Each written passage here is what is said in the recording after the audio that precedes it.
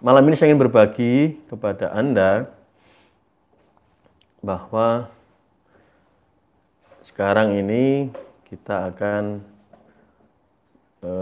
mengupas ya. Ada sebuah cerita yang tentu saja ini pengalaman pribadi.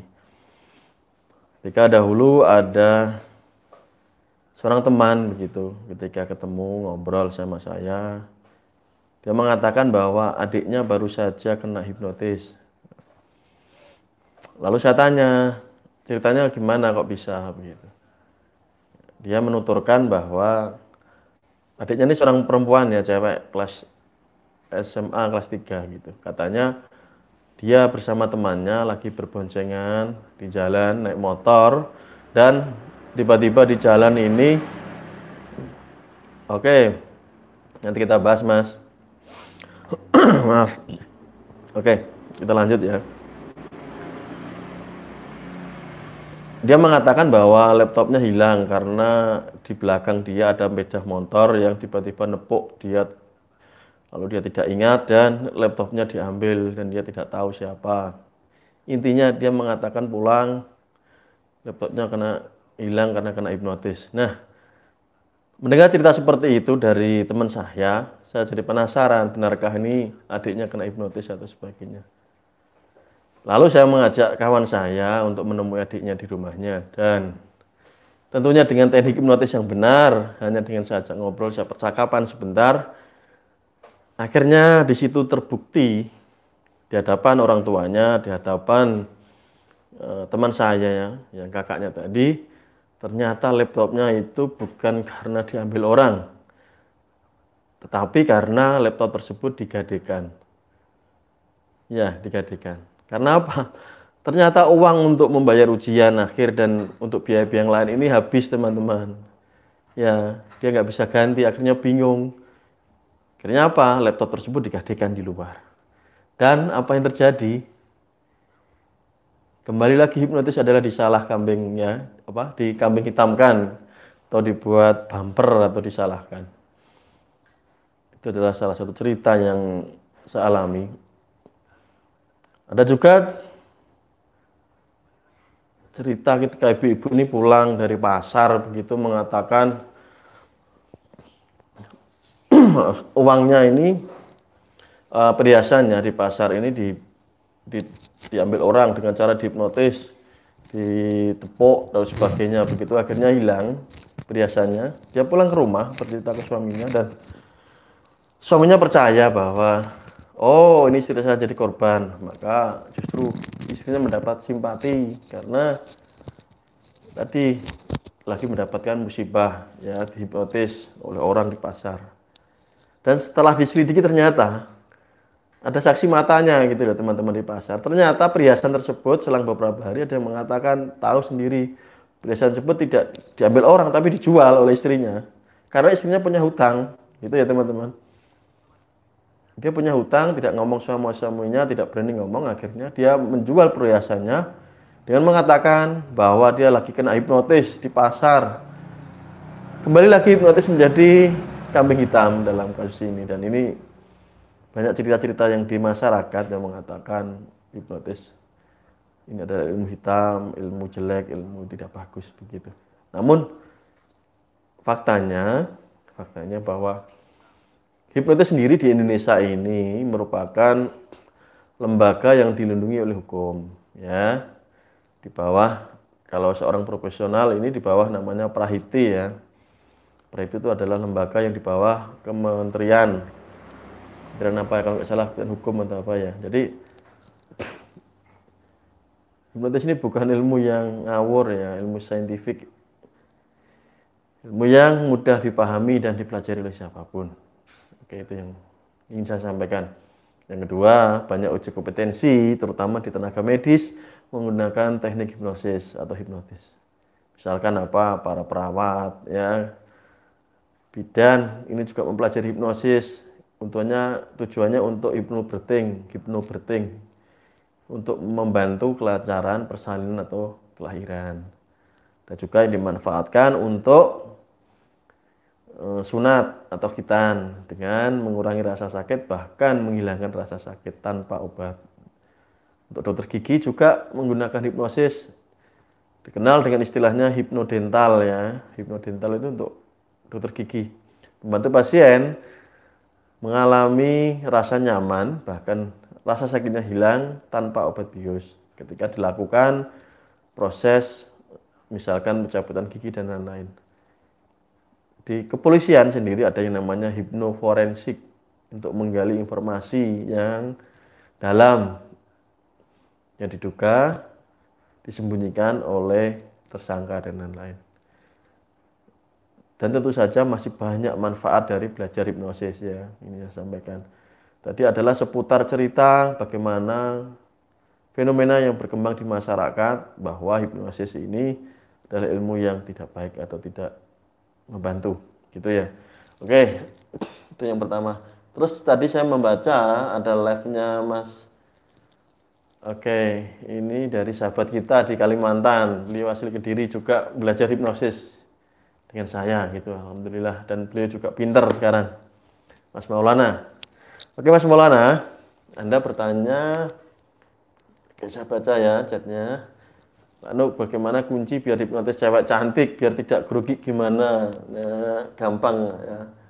Intinya begini, siapapun subjek, klien, atau suyet istilahnya dalam dunia hipnotis yang ingin Anda pengaruhi bawah sadarnya atau Anda induksi ya dengan teknik hipnosis ini, ketahuilah bahwa yang Anda pengaruhi itu adalah pikirannya. Itu yang pertama. Karena apa? Ketika kita paham mindset yang akan kita pengaruhi pikirannya, maka jadi lebih mudah. Karena Anda sebagai seorang penghipnotis pasti jauh lebih paham cara kerja pikiran dibandingkan orang yang akan dipengaruhi atau orang yang akan dihipnotis. Jadi tidak melihat subjeknya sebagai apa, klien kita sebagai apa, tetapi Anda cukup meyakini diri Anda sendiri bahwa Anda mampu mempengaruhi siapapun karena Anda tahu ilmunya. Anda mengerti caranya, sedangkan mereka notabene adalah boleh dikatakan orang umum, orang awam yang tidak tahu cara kerja pikiran. Anda lebih expert dibanding mereka dan itu akan memudahkan Anda ketika Anda menghipnosis ya. Tanamkan di mindset kita, di pikiran kita, jadi lebih mudah. Kalau Anda menghadapi, ini saran ya atau tip dari saya, ketika Anda menghadapi orang yang usianya itu sepantaran Anda atau di bawah Anda boleh menggunakan metode otoriter. Otoriter itu adalah Anda berkuasa penuh di sana, dengan otoritas penuh di sana, dengan mengedepankan power Anda, wibawa Anda ketika Anda berhadapan dengan usianya yang sepantaran atau di bawah Anda. Anda bisa melakukan metode otoriter atau memerintah. Sini Mas, misalkan. Sini duduk sini Mas. Oke. Sekarang dengarkan saya Mas. Nah, itu adalah contoh-contoh otoriter. Namun ketika Anda berhadapan dengan subjek atau klien terutama untuk proses hipnoterapi, ini Anda harus menggunakan metode yang kedua, yaitu metode permisif. Permisi, minta izin. Contohnya ya, Bapak bisa minta tolong Bapak untuk maju ke depan. Silakan Bapak duduk. Sekarang Bapak, kalau tahu namanya kita sebut. Silakan Bapak Jono, tutup matanya dan izinkan. Sekarang kondisi Bapak semakin aman, semakin rileks, semakin santai. Tarik nafas yang dalam dari hidung, buang lewat mulut dan sebagainya. Nah, bagaimana kita ini menghadapi orang, tentu disesuaikan dengan kondisinya teman-teman, sahabatku ya. Tidak bisa kita menghadapi orang yang usianya jauh di atas kita atau orang yang punya status sosial terpandang dan sebagainya, kita gunakan metode otoriter. Kurang tepat.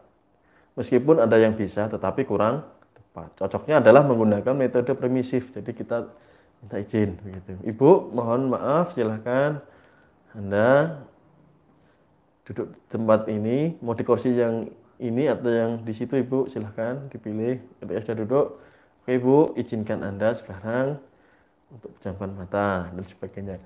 Izinkan itu adalah kata-kata yang mengandung unsur permisi, permisi, mohon maaf ibu, itu adalah kata-kata yang mengandung kata-kata permisi. Sebaliknya kalau otoriter tadi langsung diperintah, misalkan kita kasih nama gitu ya, Jono, sekarang lihat saya tidur. Nah itu contoh-contohnya seperti itu ya. Saya, oke, lupakan namanya. Nah, itu kan contoh-contoh kita menggunakan otoriter. Oke, gitu teman-teman. Jika ada pertanyaan, silakan ya, saya aktifkan live chatnya nih. Buat Anda sudah tergabung, walaupun belum banyak yang sudah tergabung karena ini sifatnya dadaan ya. Oke, saya sangat terima kasih sekali. Jadi kita bahas di segmen awal adalah kita tentang mitos seputar hipnotis yang berkembang di masyarakat yang mengatakan hipnosis ini adalah ilmu-ilmu yang tidak memberdayakan, ilmu-ilmu yang tidak baik begitu ya, maaf. Jadi dari situ kita bisa belajar ya teman-teman. Jangan ngopi dulu ya. Bahwa tidak semua informasi itu benar dan langsung kita telan mentah. Ya, kita telan bulat-bulat, kita percayai begitu, mengatakan hipnotis ini adalah ilmu yang begini-begini. Karena media yang menulis ya, sepengalaman saya, karena media yang menulisnya ini juga tidak paham ilmu hipnotis teman-teman. Coba Anda bayangkan berita seperti ini. Seorang wanita muda tertipu 200 juta, uangnya raib, beritanya seperti itu headline-nya. Maka orang akan malas membaca karena itu beritanya biasa. Seorang wanita, pengusaha wanita tertipu 200 juta dan uangnya raib, itu biasa. Tapi kalau beritanya seperti ini, seorang wanita cantik terkena hipnotis di jalan dan 200 juta amblas, gitu kan orang tertarik. Oke, ini adalah cara media menghipnotis Anda. Cara media mempermainkan pikiran Anda. Dalam teori di hipnotis juga ada dikenal dengan namanya hipnomedia, dengan tulisan, hypnowriting, dengan cara membuat storytelling, cerita. Storytelling itu cara bercerita, ya. Kalau di media video juga disampaikan dengan seperti ini. Kalau di media yang lain bisa disampaikan dengan cara ditulis. Itu namanya hypnowriting. Mempengaruhi pikiran bawah sadar orang dengan cara menuliskan atau orang membacanya. Baik teman-teman, sambil jalan saya baca untuk chatnya, barangkali ada yang ditanyakan. Untuk pertanyaan yang pertama dari Mas Maulana di Kediri tadi. Oke, sudah saya jawab. Oke Pak Apan Saipuddin hadir. Oke, terima kasih waktunya. Oke, buat teman-teman, ketahuilah bahwa belajar hipnotis ini tidak sesulit yang kita bayangkan, gitu ya teman-teman. Sangat mudah. Ada kunci-kuncinya, ada clue-cluenya, gitu ya. Maaf saya sambil. Jadi ketika Anda paham bahwa semua bisa dipelajari dengan mudah, siapapun bisa mempraktekkan ilmu hipnosis ini ya teman-teman, atau hipnotis. Kalau di Indonesia sih ngomongnya hipnotis. Tetapi saya luruskan, yang benar itu adalah ilmu hipnosis.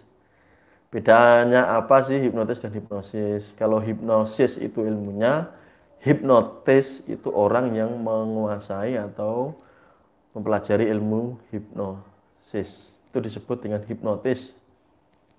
Oke. Gitar itu alatnya, gitaris adalah orang yang memainkan alat gitar. Piano itu alatnya, pianis adalah yang memainkan piano. Kan begitu ya. Jadi, tetapi cenderung masyarakat sudah terbiasa menyebut dengan istilah hipnotis ya. Jadi kalau Anda sekarang ada yang mengatakan hipnosis, itu jangan bingung. Yang benar itu justru hipnosis ya, keilmuannya. Bukan hipnotis, hipnotis orang. Kalau saya ini termasuk hipnotis, orang yang menguasai ilmu hipnosis. Itu ya teman-teman, semoga dipahami. Barangkali ada pertanyaan lagi. Untuk Pak Apan Saifuddin, terima kasih sudah hadir ya, malam ini. Mas Heruddin Ibrahim, terima kasih waktunya sudah hadir malam ini. Sangat terima kasih sekali. Silakan jika ada pertanyaan, barangkali saya mampu untuk menjawabnya. Saya akan menjawab di kesempatan malam ini ya, live malam ini. Kita akan berbincang, bahasanya question and answer, Q&A ya, bincang-bincang, ngobrol-ngobrol santai seputar hipnotis gitu. Oh ya teman-teman, saya ingatkan kembali buat Anda yang sudah paham tentang hipnotis, ketika Anda melakukan proses hipnoterapi ya, khususnya hipnoterapi, kadang sering terjadi yang namanya abreaksi. Oke, abreaksi itu apa sih? Abreaksi itu adalah ledakan emosional. Jadi ketika saya contohkan ya, saya menerapi seseorang, lalu kita ingin merilis masalahnya begitu, ingin merilis masalahnya, lalu tiba-tiba ya dia terjadi ledakan emosional ya, ledakan emosional, berteriak, menangis, bahkan kayak orang kesurupan gitu loh ya teman-teman, kayak orang kesurupan. Nah itu dinamakan abreaksi. Ketika Anda menghadapi hal seperti itu, pasien atau klien atau suyat ini tentu tidak terkendali. Ya marah-marah dan sebagainya, berteriak-teriak, menangis, meraung-raung dan sebagainya. Anda jangan panik. Otoritas tetap harus Anda pegang. Anda harus memegang kontrol penuh terhadap pasien atau klien Anda. Ingat, jangan sekali-kali Anda tinggalkan. Jangan, berbahaya, jangan tinggalkan. Oke, maka ambil otoritas yang tegas. Contohnya seperti ini, ketika dia lagi bereaksi begitu, kita bisa mengatakan, oke, sekarang jadilah tenang. Anda aman, Anda tenang. Itu contohnya. Kita harus memberikan perintah yang otoritas tegas di bawah sadarnya, sehingga dia akan kembali tenang. Atau sebelum Anda menggali informasi ke pasien atau ke suyat lebih jauh lagi, Anda siapkan dulu jangkar atau anchornya. Misalkan apa? Di jangkar atau di anchor, di ancor itu bahasa Inggrisnya, anchor, ancor itu. Anda siapkan yang namanya tempat kedamaian, itu ya. Misalkan Anda bilang, kalau nanti saya bilang angka 1, artinya Anda masuk dalam kondisi yang sangat nyaman, sangat damai, sangat tenang. Itu saya namakan adalah tempat nomor 1, itu contohnya.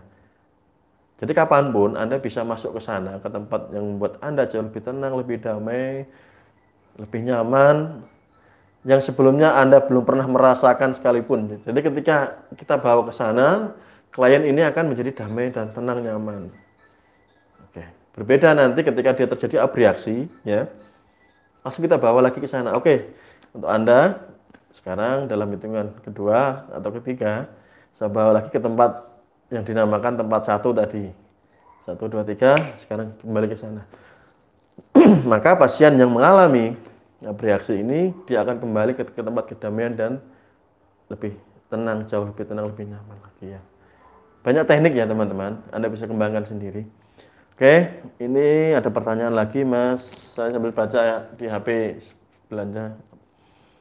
Cara mengaktifkan energi magnetisme dong. Mas apa ini? Buihat. Oke. Halo Mas Pur, selamat malam Mas Bos Malang. Jadi untuk energi magnetisme memang ini sesuatu yang realistis ya, logis begitu. Cara mengaktifkannya banyak cara. Tapi yang umum adalah dengan cara meditasi. Meditasi ini adalah bentuk cara mengaktifkan energi magnetis salah satunya. Karena begini ya teman-teman, mungkin sudah saya pernah singgung di video yang jauh-jauh hari sebelumnya, mungkin berbulan-bulan yang lalu, saya katakan bahwa manusia ini, siapapun, termasuk saya dan Anda, siapapun ini, terinduksi medan magnet secara alami. Gitu. Karena kita hidup di bumi teman-teman, sahabatku ya. Buktinya apa? Ya, kalau Anda punya kompas, cukup Anda lihat di kompas, ya maka akan terjadi medan magnet teman-teman, tidak peduli dimanapun, ya. Benar-benar tidak terlihat secara mata ya, kasat mata tidak, tapi tidak secara visual tidak kelihatan, tapi bisa dirasakan. Kita terinduksi gitu ya. Oke, ini ada pertanyaan lagi nih. Aku nanya nih, orangnya dominan pendiam, apakah bisa menguasai hipnotis? Kapan dia Oke. Jadi begini Mas, salah satu cara kita belajar hipnotis ini ya, khususnya untuk hipnotis verbal ya. Kita diajarkan satu untuk menjadi orang yang sangat percaya diri. Itu yang pertama. Yang kedua, ketika kita percaya diri, otomatis kita ini pintar berbicara, menjadi pede. Oke. Anda ini misalkan termasuk orang yang introvert ya, Mas Herudin ya, termasuk orang yang introvert atau pendiam, apakah bisa? Sangat bisa. Saya itu basicnya orangnya introvert teman-teman, pendiam dari kecil, tidak bisa ngomong. Justru sekarang ini malah ngoceh kan, iya kan? Bukti ada hampir 500 video yang sudah saya buat. Oke Mas Saputra, apakah telepati sama sistem dengan kerja dengan LOA? Mirip Mas, jadi LOA itu juga menggunakan vibrasi, menggunakan getaran pikiran. Jadi ketika kita melakukannya sama dengan telepati, cuma berbeda teknik gitu ya. Kita masuk di frekuensi yang sama gitu, hanya beda tekniknya. LOA itu kita memvisualisasikan, membayangkan ya dan sebagainya. Tetapi untuk teknik telepati yang benar, yang teknik telepati yang advance itu tidak hanya kita bervisualisasi saja, ada energinya di sana, ada teknik khusus lah. Intinya kita membuat forcing ya, forcing ke target gitu ya, forcing target. Jadi kita memaksa di bawah sadarnya orang walaupun jarak jauh gitu teman-teman. Mas Saputra semoga menjawab ya pertanyaannya. Barangkali lagi ada yang mau ditanyain lagi, karena ini memang tidak membahas khusus ya. Saya tidak membuat video untuk membahas khusus seputar hipnotis hipnoterapi. Jadi Anda silakan bertanya. Mas Pur barangkali yang dari Malang.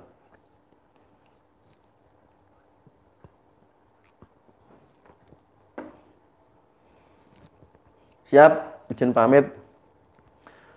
Monggo Mas, silahkan Mas. Terima kasih Mas untuk waktunya hadir. Oh ya, untuk hipnotis binatang itu Anda bisa lihat di channelnya Mas Pur ya, Gundul Pur, itu ada caranya, mudah kok ya, itu hanya teknik mudah. Misalkan hipnotis ayam, yang simpel-simpel aja, ayam kita pegang ya, kita buat tiduran. Ini misalkan ayam deh, ini contoh misalkan ayam ya, ini alat untuk olahraga deh. Oke Mas, apa nanti saya jawab. Ini misalkan ayam ya, ini paruhnya, ini kepalanya, ini badannya gitu. Caranya kita pegang, kita paruhnya ini kita masukkan bukan dimasukkan ya, paruhnya kita taruh di lantai begini, lalu kita buat garis di depannya lurus begini di paruhnya. Maka logikanya mata ayam ini akan melihat garis. Nah, dia akan diem, gak kemana-mana, stuck. Ya itu cara hipnotis ayam. Binatang yang lain juga bisa, banyak lah, itu hanya teknis saja, metode saja gitu teman-teman. Metode saja, sangat mudah untuk dipraktekkan. Oke, tanpa yang ribet-ribet. Hipnotis bisa digunakan jarak jauh, bisa lah Mas Apan. Jadi hipnotis itu bisa digunakan jarak jauh teman-teman ya.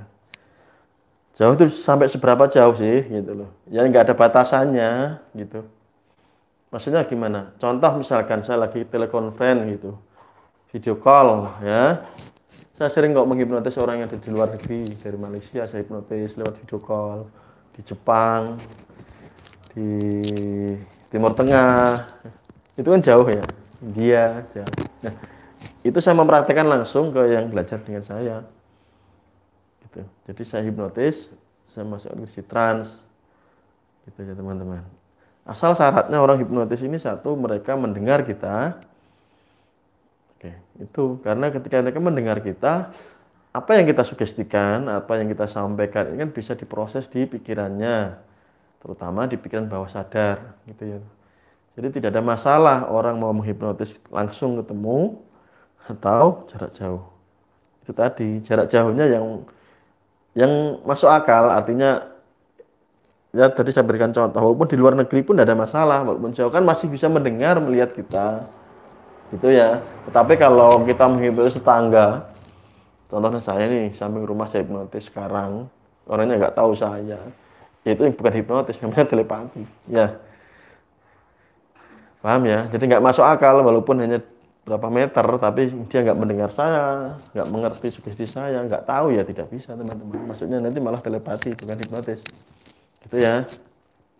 Tapi kalaupun Anda jauh, sejauh apapun, asal kita masih bisa berkomunikasi, misalkan lewat video seperti ini, no problem. Jadi kita bisa mempengaruhi ya. Bukan berapa jaraknya, jauhnya, tapi pesan atau sugesti apa yang ingin kita sampaikan ini bisa diterima baik di bawah sadar orang tersebut. Begitu ya teman-teman. Oke, jika ada tidak pertanyaan, mungkin karena ini sudah lumayan, hampir 30 menit, bisa mengawal Anda. Oke, semoga video ini bermanfaat buat Anda. Jika ada salah kata saya Mas Duk mohon maaf. Dan insya Allah kapan-kapan kalau ada waktu saya akan live. Buat Anda yang ingin pesan buku silahkan ya, saya sudah buat bukunya. Dan tinggal cetak aja. Hubungi WA seperti biasa, berikan di kolom deskripsi. Anda di bawah video ada kolom deskripsi, Anda klik aja, ada nomor WA saya. Gitu, terima kasih. Oke, sebelum saya akhiri ada pertanyaan, telepati pakai media foto ya. Foto itu adanya salah satu aja Mas, hanya salah satu teknis saja. Nanti kita bahas detail ya. Besok ya, kita jadwalnya besok ya Mas Apan. Nah, bahas itu ya di sana. Oke teman-teman, terima kasih atas kehadirannya. Semoga yang hadir dan yang menonton video ini selalu sehat, berkelimpahan, tetap semangat ya. Selalu dalam keadaan bahagia lahir dan batin. Jauhkan dari musibah bala bencana. Terima kasih. Jika ada salah kata saya mohon maaf. Wabillahi hidayah. Assalamualaikum warahmatullahi wabarakatuh. Terima kasih buat Anda semua. Salam hormat dari saya, Mas Nuk, Pondok Hipnotis Indonesia.